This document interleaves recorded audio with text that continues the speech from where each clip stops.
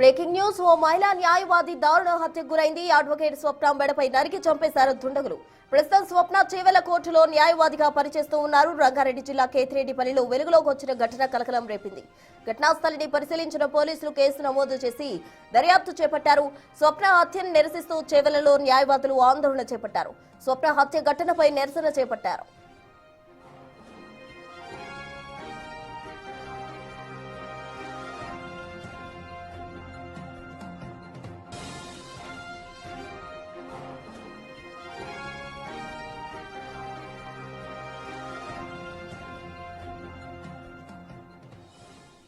రంగారెడ్డి జిల్లాలో లాయర్ మర్డర్కు సంబంధించి పూర్తి డీటెయిల్స్ మా ప్రతినిధి అనిల్ అందిస్తారు. అనిల్ చెప్పండి, లాయర్ ను మర్డర్ వెనుక ఎవరున్నారు, దీనికి సంబంధించి పోలీసులు ఏమంటున్నారు?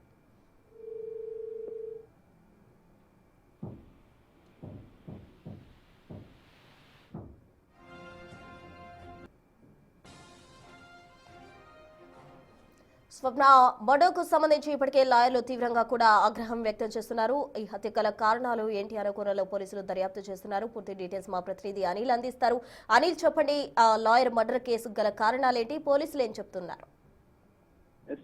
మొయినాబాద్ లోని కేతిరెడ్డిపల్లి గ్రామంలో దారుణం చోటు చేసుకుంది. సొంత అన్న చెల్లెని చంపిన ఘటన అయితే ఆ పరిధిలో చోటు చేసుకుందని చెప్పాలి. అయితే చెల్లె విషయానికి వస్తే న్యాయవాదిగా కూడా తెలుస్తుంది. స్వప్న అనే యువ న్యాయవాదిని సొంత అన్న హత్య చేయడం అనేది విషాదం చోటు చేసుకున్న ఘటన అని చెప్పాలి. ఆస్తి విషయంలోనే తన సొంత అన్న చెల్లెని చంపినట్టుగా కూడా పోలీసులు ప్రజెంట్ అయితే మనకు అందుతున్న సమాచారం. ఈ హత్యకి గల కారణం ఆస్తి అని చెప్పేసి కూడా ప్రాథమికంగా అయితే పోలీసులు ఒక నిర్ధారణకు అయితే వచ్చారు. అయితే ఈ విషయానికి సంబంధించి అక్కడ ఉన్నటువంటి న్యాయవాదులు అయితే ఆందోళనకు దిగారని చెప్పాలి.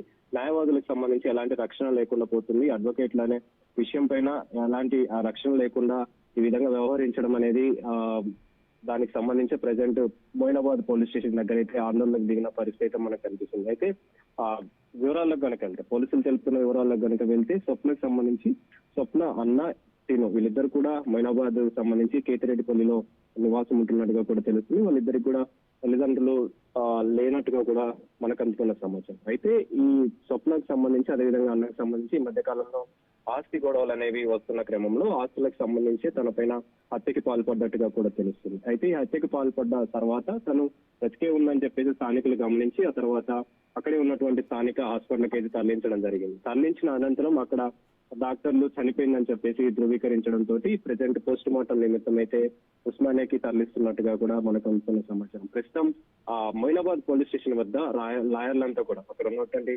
న్యాయవాదులంతా కూడా ఆందోళన చేపట్టారు, ధర్నాకి దిగారు. ముఖ్యంగా సామాన్య ప్రజల పరిస్థితి అంటే లాయర్లకే లక్ష్యం లేకుంటే సామాన్య ప్రజల పరిస్థితి ఏంటని చెప్పేసి కూడా అక్కడ ఆందోళన చేపట్టిన పరిస్థితి అయితే కనిపిస్తుంది. ఎవరైతే ఈ హత్యకి పాల్పడ్డారో అతన్ని కఠినంగా శిక్షించాలంటూ కూడా అక్కడ నినాదాలు అయితే చేస్తున్నారు, ఆందోళనకు అయితే దిగారని చెప్పాలి.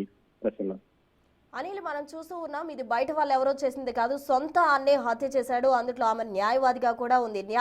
న్యాయవాదులంతా కూడా ఇప్పటికే అతని మీద కఠినంగా శిక్షించాలని కూడా చెప్తూ ఉన్నారు. అయితే వాళ్ళ బంధుమిత్రులు ఏం చెప్తూ ఉన్నారు? ఎస్ ప్రసన్న, మీరు చెప్పినట్టుగా సొంత చెల్లిని అన్న చంపడం, అదే విధంగా చెల్లి కూడా న్యాయవాదిగా ఉండడం, అంటే ఆస్తి విషయంలో వివాదాలు అని చెప్పేసి ప్రాథమిక అంచనాకైతే పోలీసులు రావడం జరిగింది. కాబట్టి అందులో భాగంగానే స్వప్నకు సంబంధించిన బంధువులంతా కూడా ప్రెసెంట్ ఆందోళన వ్యక్తం చేస్తున్నారని చెప్పాలి. కన్నీరు మున్నీరుగా విలపిస్తున్నారు. ముఖ్యంగా చంపినటువంటి వ్యక్తి అన్నే కావడం, ఆ తర్వాత ఆస్తి విషయంలో నీ గొడవకి పాల్పడ్డ హత్యకి పాల్పడడం అనేది కూడా కలిసివేస్తుందని చెప్పాలి. దానికి సంబంధించి ప్రజెంట్ బంధుమిత్రులు కూడా అతనికి కఠిన శిక్ష పడాలని చెప్పేసి, ఖచ్చితంగా అతన్ని శిక్షించాలని చెప్పేసి కూడా వాళ్ళు కూడా డిమాండ్ చేస్తున్నారు. అంతేకాకుండా న్యాయవాదులంతా కూడా ప్రజెంట్ రోడ్డు మీదకి ఎక్కారని చెప్పాలి. పోలీస్ స్టేషన్ ఎదుట, మొయినాబాద్ పోలీస్ స్టేషన్ ఎదుట ప్రజెంట్ ధర్నాకు దిగారు. ధర్నాకు దిగి అతన్ని ఖచ్చితంగా శిక్షించాలని చెప్పేసి, ఇప్పుడు న్యాయవాదిని హత్య చేశారు, ఇంకా ప్రజల పరిస్థితి ఏంటి, సామాన్య ప్రజల పరిస్థితి ఏంటి, ఈ విధంగా హత్యలకు పాల్పడుతుంటే కాబట్టి వాళ్ళపైన కఠిన చర్యలు తీసుకోవాలని చెప్పేసి కూడా ఇటు బంధుమిత్రులతో పాటు అదేవిధంగా లాయర్లు ఆందోళన చేస్తున్నారని చెప్పాలి. ప్రస్తుతం స్వప్న అన్నపై ఏ సెక్షన్స్ కింద కేసులు నమోదు చేసే అవకాశం ఉంది? ఖచ్చితంగా ఈ ఆస్తి తగాదాల విషయంలోనే హత్యకి పాల్పడ్డాడు కాబట్టి మర్డర్ కేసు అయితే ఖచ్చితంగా నమోదు అవుతుంది. ఆ మర్డర్ కేసుకు సంబంధించి కూడా ఇప్పటికే కేసు నమోదు చేశారు. అందులోనూ అతన్ని కూడా ప్రెసెంట్ అదుపులోకి తీసుకున్నట్టుగా కూడా మనకు సమాచారం ఉంటుంది. ఖచ్చితంగా ఈ విషయంలో అయితే మర్డర్ కేసు నమోదు చేసి ఆ తర్వాత అతన్ని రిమాండ్కి తరలించే అవకాశం అయితే మనకు కనిపిస్తుంది. ప్రస్తుతం right Anil, thank you. Rangareddy జిల్లా మొయినాబాద్ లో ఘోర కలిచోటు చేసుకుందనే చెప్పాలి. న్యాయవాద వృత్తిలో ఉంటూ పదుల సంఖ్యలో కేసులను వాదించే ఒక మహిళా న్యాయవాదిని ఆస్తి కోసం సొంత అన్నే అతి కిరాతకంగా నరికి చంపాడు. ఈ ఘటనతో మొయినాబాద్ ప్రాంతం ఒక్కసారిగా ఉలిక్కిపడింది.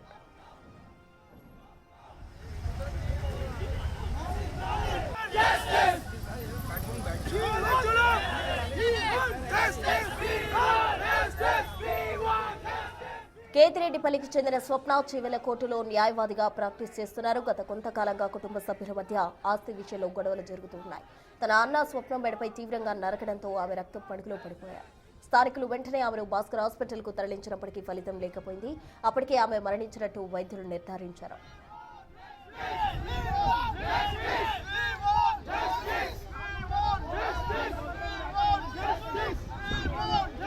ఈ వార్త తెలియగానే చెవెల రాజేంద్రనగర్ కోర్టుల న్యాయవాదులు పెద్ద ఎత్తున మొయినాబాద్ చేరుకున్నారు. లాయర్ స్వప్న హత్యను తీవ్రంగా ఖండిస్తూ మొయినాబాద్ పిఎస్ ముందు బైఠాయించి ధర్నా చేపట్టారు.